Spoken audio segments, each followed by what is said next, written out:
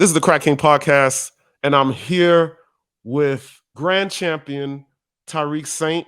What's up, everybody? I'm Tyreek Saint. Also, people just call me Ty Saint or Saint. Check out my TikTok, my YouTube. And you can even find me on Facebook or just type in my name. I'm gonna be actually in Houston. I mean, not in Houston specifically. I'm gonna be in Texas. Probably in January. In January, I gotta do a seminar and I'm gonna do some training. Hopefully with Raymond Daniels. He actually fought this weekend.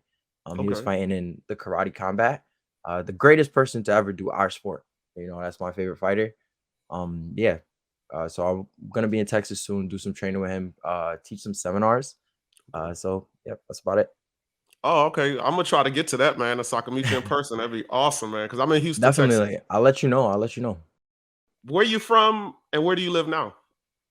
I am in Brooklyn, New York, and I grew up in Brooklyn, New York, and I'm still in Brooklyn, New York. You can't really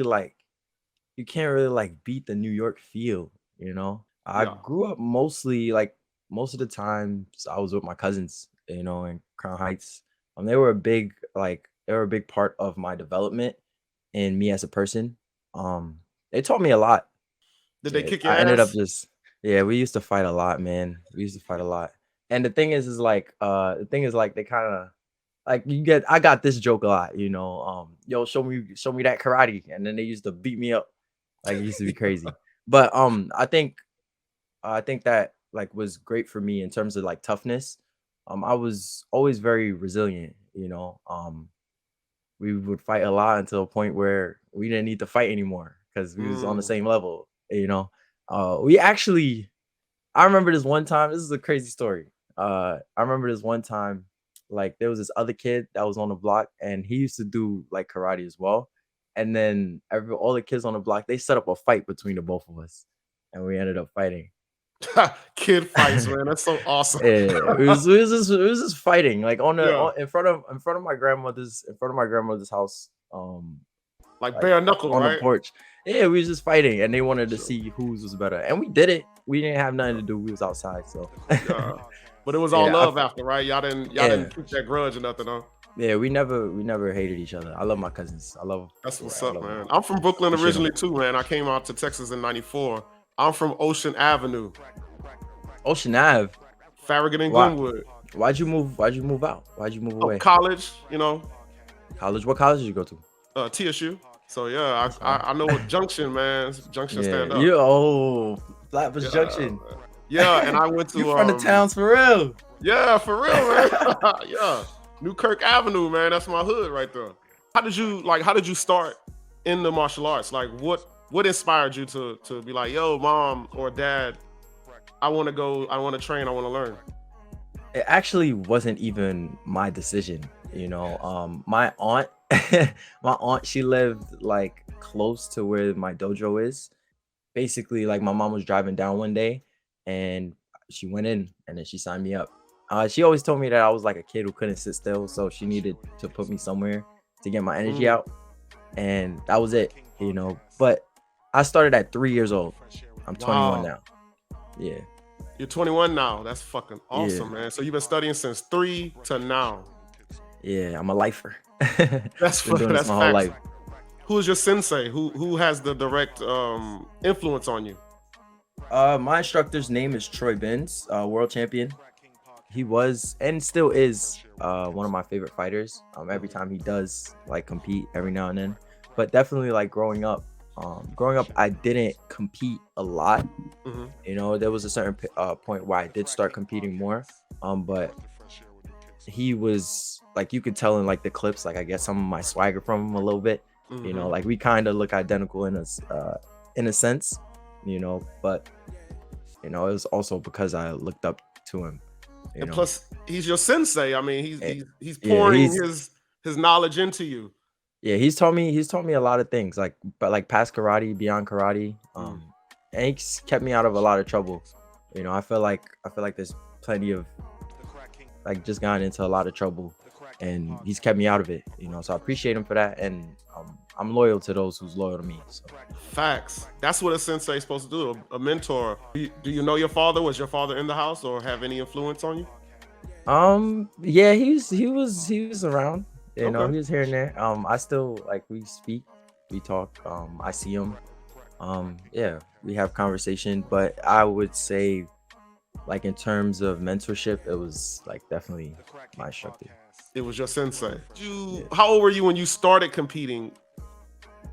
I would say like 10, 11, like 10, 11. Oh.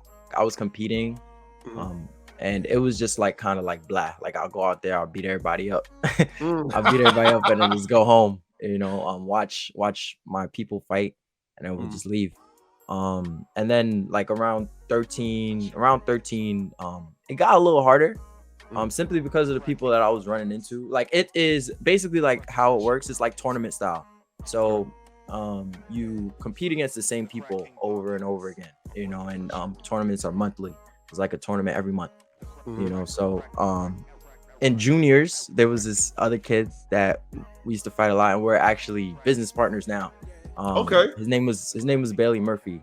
You know, we went to war for a long time. We met when I was like 10, 11 because I was beating everybody up, and Yeah. then he was the like one of the first people to actually beat me outside of my dojo.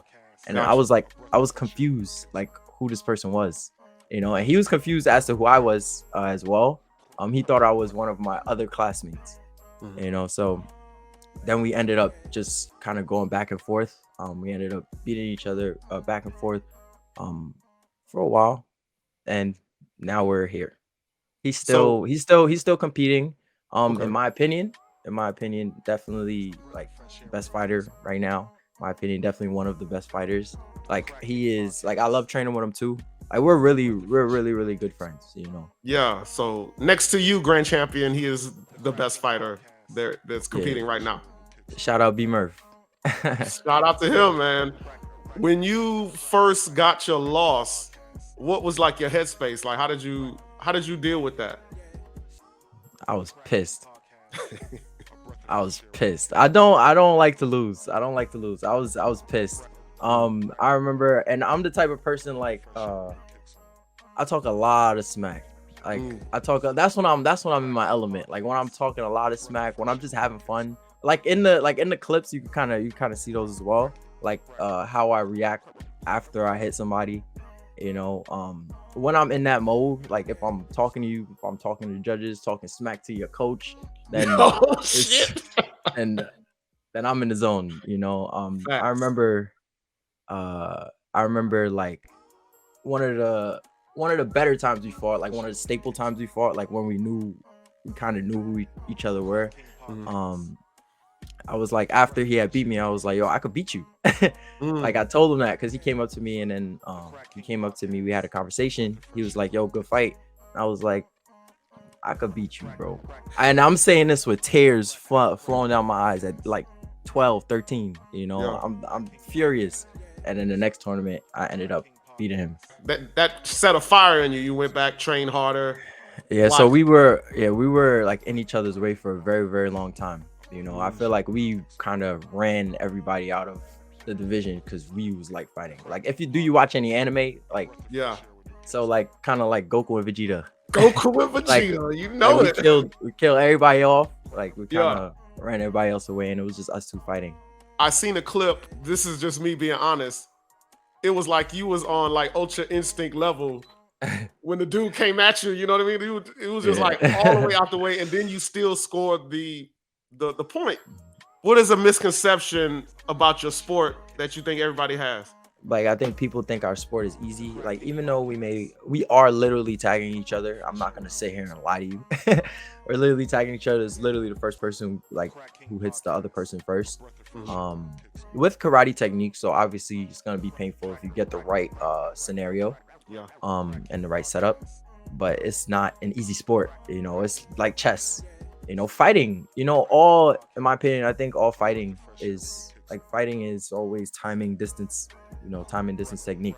Yes. You know, all fighting is the same. You just switch the techniques up.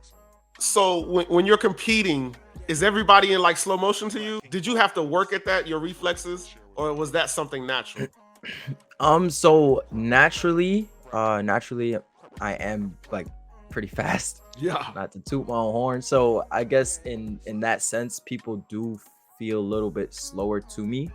But honestly, like a lot of the times, the reason why I think that I am pretty good, not pretty good. I think I'm really good at reading body language. And I think that I've been through and this is gonna sound crazy. I'm gonna sound like Doctor Strange, but I've seen the different outcomes of like different setups.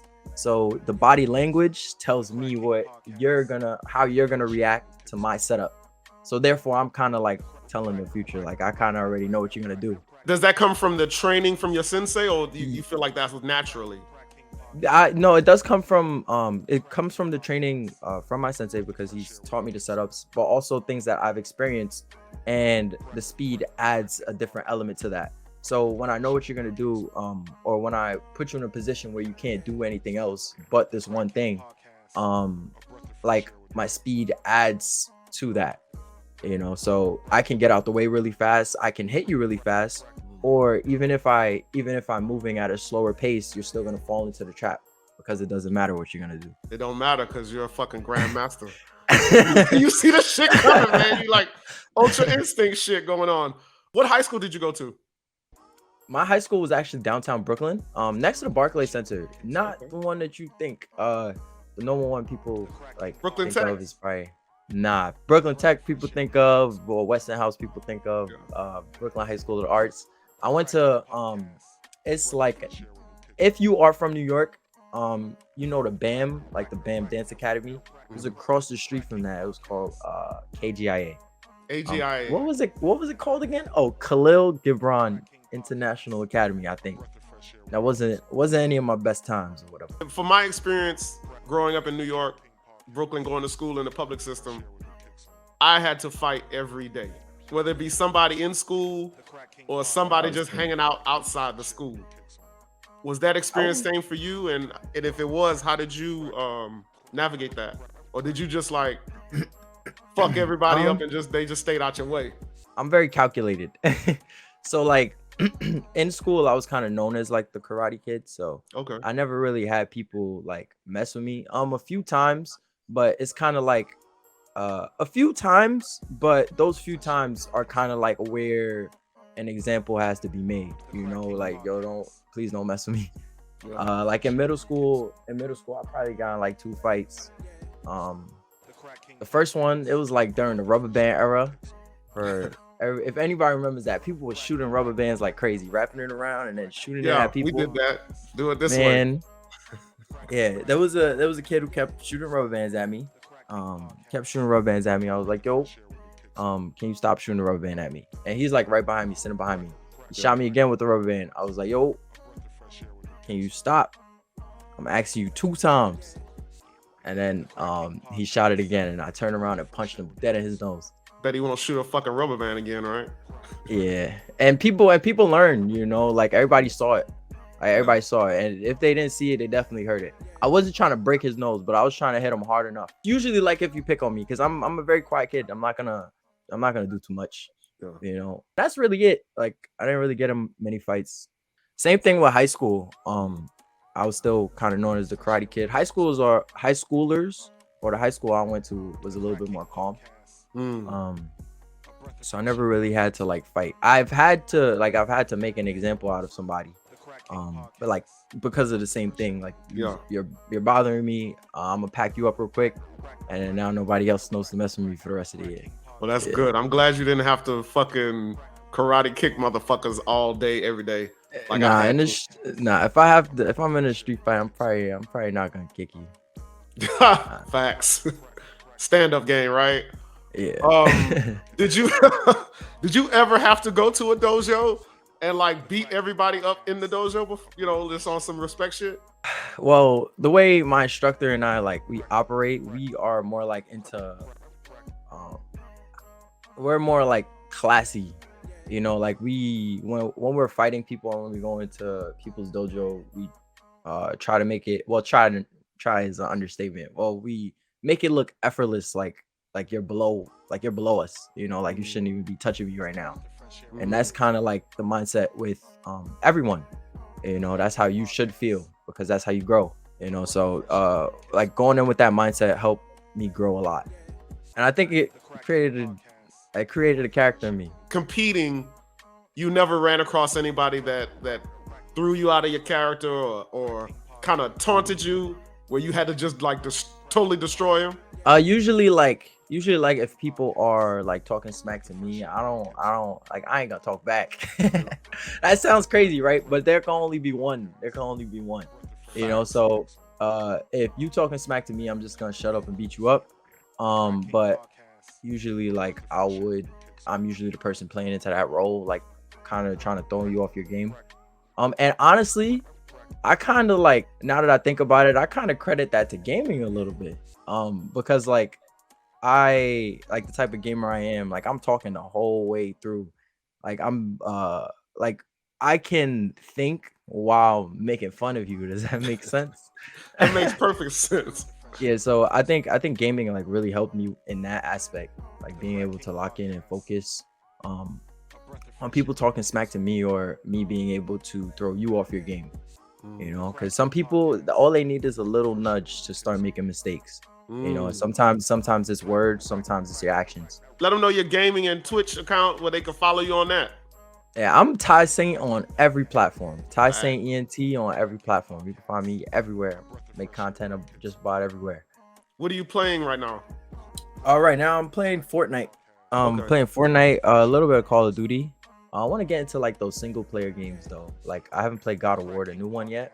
And what else haven't I played yet? And I want to get into like some horror games. I really like horror games because I like horror movies. What's your favorite horror movie? The scariest one you ever seen? This is gonna sound crazy because people do not like this movie, but it's the experience for me. It was a bigger cousin and there was two of us, two little ones. So my bigger cousin used to like stick me and my other cousin in a room with like a horror movie. And I remember one time it was the movie House of Wax. Right. House of Wax.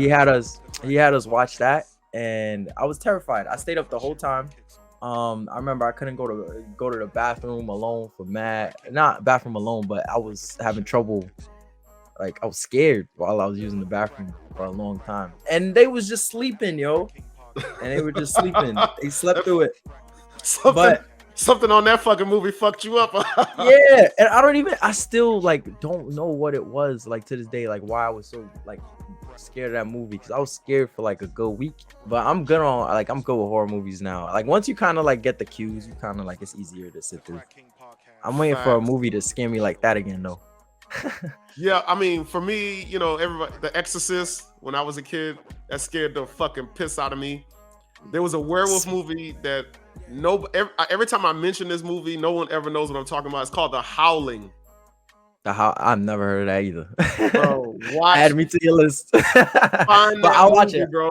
This is the scariest werewolf movie I ever seen. This is the first time I ever seen like breasts and a pussy, a hairy pussy at that, on the screen as a kid. It's crazy. I'm gonna hold you to that. I'm gonna watch it. Yeah, man, The Howling. You said you're a lifer in the sport. What are your aspirations? Do you want to teach, open your own school, or do you want to kind of transition into UFC? I actually have.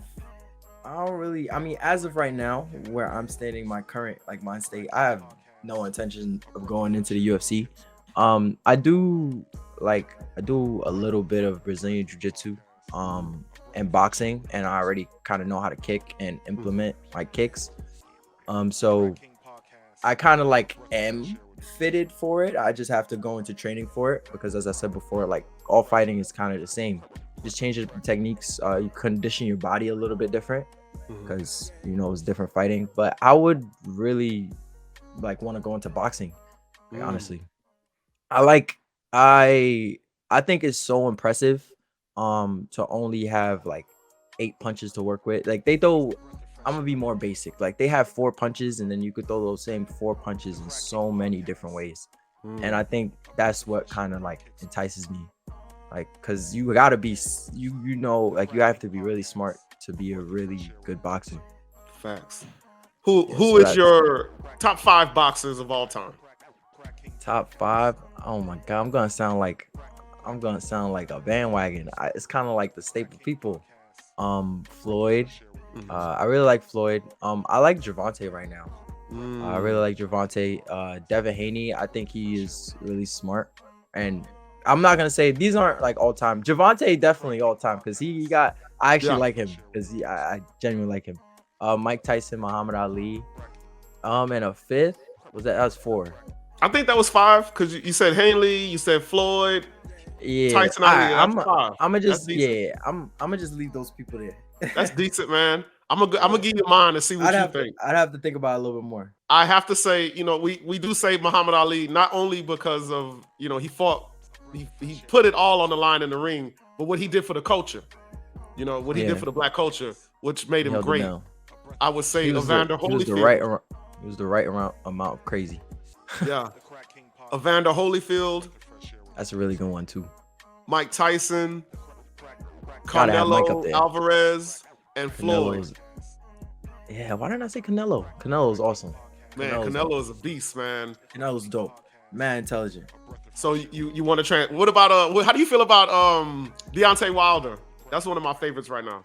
Deontay Wilder. It's gonna be a controversial. Fucking trainer bad though. This is gonna be a little controversial. In my opinion, I don't really think Deontay Wilder is that good.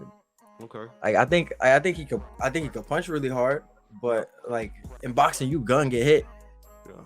And even if you block it, he gonna knock you out. So I think in terms of like power, I think he reminds me of like Francis Ngannou. Like I don't like Francis Ngannou. Anybody that don't show me that they don't have no sense for what they doing, even if it's ugly, you get the job done. But I just don't like the style. I can respect it. Because if they punch me, I'm going out. I'm like 140. Yeah. But yeah, I don't really like Deontay Wilder that much. Okay. What about the Gypsy King, Tyson Fury? Him, I actually like a little bit more than Deontay Wilder. Simply because like he shows a little bit more intelligence in terms of like his style and his resilience. Is that the word? Like he don't stay down. His will to win. That is it. Yeah, like for me, it's like nuts. I've never seen a fat dude beside myself move like that. You know what I mean? Because he got the vibe. You know what I mean? Like that's nice. That's my issue. You would think he's not gonna move and throw those punches like that, but he's fucking. He'll destroy you, man. Start hitting you a move straight out of Thriller. Meg Thee Stallion and the whole trial they got going on. It don't matter. None of that shit matters. The woman got shot. I don't understand why they're giving it such a they're going into who she fucking and all this other type of bullshit. When Tupac got shot and he thought it was Biggie, nobody questioned that shit. Nobody was like, oh, he lying or whatever. That's just what it was. Because I don't know if you ever been shot. I hope you haven't, brother. When you get shot, bro, you don't know what's going on. You just feeling that hot lead. And if you turn around and you see a motherfucker, you're not gonna miss them. You know who, you know what I'm saying? Yeah. So I just don't get it. What are your thoughts on that, Grand Champion? In my opinion, I think that the facts, what I've seen is that like Tory has kind of like been violent in terms of like in the past, there was this YouTuber Dax. I remember he beat him up, right? Oh no shit. August Alsina, I think he beat up too. Yeah, they had a fight. Yeah, like I feel like Tory is kind of like as opposed to like what I'm seeing, I feel like in past news, like he has been like known to kind of act out, and if he had a gun on him, I don't put it past him, especially in the foot, like he's been in so many altercations. I think also like we don't really know the real situation. We only know what they're actually telling us. But like the fact that her friend was there and she don't want to testify is kind of messed up because like she's the only like witness, like that was kind of next to her. And I don't like that they're bringing up like who she's been with. So apparently kind of they've been in like a relationship or whatever, Tory and Meg. And I think like she was like jealous or something. So they think that's why she's not testifying. Honestly though, man, I'm just saying that Tory in the past, he been acting crazy in the Yeah, past. short man But comp. they put it on the internet, so I guess you can't really miss it. It's everywhere on the internet. But I don't. That's what I think. But I don't really care. Are you familiar with this whole red pill movement thing? Yeah, the Matrix stuff, right? Yeah. With Andrew Tate in them. Yeah. The Kevin Samuels, rest in peace. As a young man, a young black man, do you see any value in a lot of these things that they're saying that you can apply to your life? I feel like that I'm gonna speak specifically like on Kevin and like Andrew Tate. I think that they were kind of like they tell the truth, but they were kind of like entertainers as well, So they still needed to do all of that stuff that other people need to do to kind of like go viral in a way. So they would like say some crazy stuff, but honestly, I think like Andrew Tate be having some good takes. He be having some good takes, and then he say some crazy misogynistic stuff. It'd be crazy. Like he'll go from good. Oh, I can learn from this a little bit to off the radar, and then they could easily take it out of context. But I think that there's some truth in some stuff that they say. There would like the Kevin Samuels thing was, in my opinion, I just found it funny. Like he would be going off on the men and women.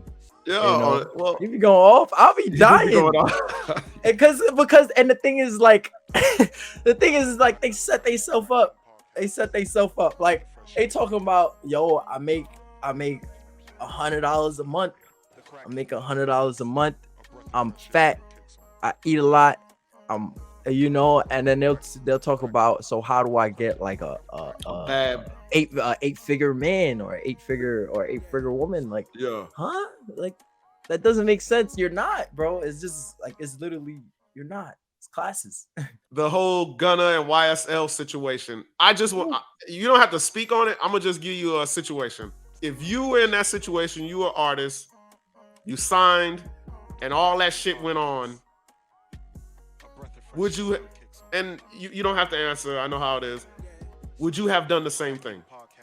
To come home and to make music? Like in terms of like you kind of like implying like he snitched? I mean, is telling the truth and snitching the same thing? Because I mean, if you're, I don't know, because nobody's making any money, right, in jail. Yeah. And if you're truly an artist, and and what comes with being an artist is you're faking the funk, you're portraying something you're not, which I hate about the hip hop community right now, where it's who's the more gangster or who could perpetrate that fraud. Yeah, I actually make music on my own. Oh wow, that's what's up. What genre are you in? I do a little bit of everything, honestly. Whatever I'm feeling at the moment. I honestly want to transition into like more of more singing. I want to learn how to sing. I'm not gonna lie. I think that's on my bucket list and on my near future. I want to learn how to sing, like sing, like Luther Vandross singing. Yeah, like that. Facts. So, I think, in my opinion, I think if you become an artist, it's time to take on all the things that makes you that. Even if you gonna be a fake gangster, you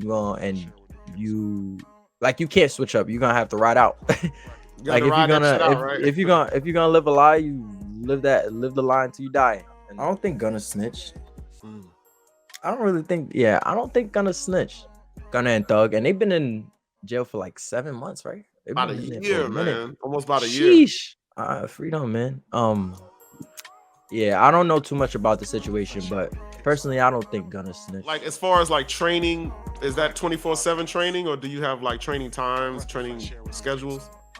Yeah, I have training schedules. I normally train like throughout the week, but I also like have to I teach. So I teach at the same dojo that I train at.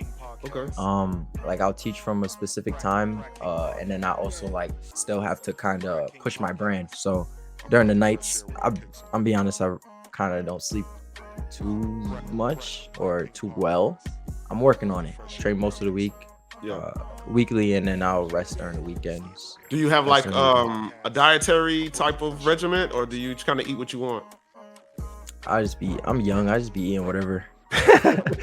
I mean things are gonna make me feel worse than other things, so I'm conscious of that. Like probably like 2 weeks, 3 weeks before I fight at an event. But other than that, I kind of like just eat what I want. It would still be bad stuff maybe, but it won't make me feel as crappy. What's your favorite like junk food or like comfort food? Junk food, probably pizza. Pizza is not junk food, bro. That's a nutritional dinner. Wait, actually, word. So I'm healthy then. Yeah, you healthy than a motherfucker, man. Yo, we lit. Facts. Who got the best pizza? Chicago or New York? Definitely New York, but Chicago is good though. Yeah. Chicago. Nah, New York though. New York got the best pizza. It do, man. Who got the best Chinese food? Do you eat Chinese food? I eat about it all, man. Is all of your family from New York, or are you like West Indian or from the South? I'm actually, I think that's how you say it. I'm actually a first generation American. Really? So I was the first. Yeah. So my cousins and I were the first ones like to be born here. My mom came from Jamaica. My dad came from St. Vincent. Yeah. So I'm half Jamaican, half St. Vincent, but I was born here, full American. As far as Olympics, are you gonna compete in the Olympic level type stuff? They don't have, at least yet, the Olympics for my sport. But if it would be at the Olympics, it would like kind of be for boxing. All right, brother. This is the CrackedKing podcast, and I had Grand Champion Mr. Saint on the show. Thank you, brother, for coming. Let everybody know where they can find you at, where they can get your content, where they can support you, everything. Follow me on TikTok, guys, and go stream my music, Ty Saint, on all platforms. Trust me, there's something for everybody. Please, trust me. That's it. Fucking dope, man. Stay black, brother. I have a choice. Yeah. Stay black, brother.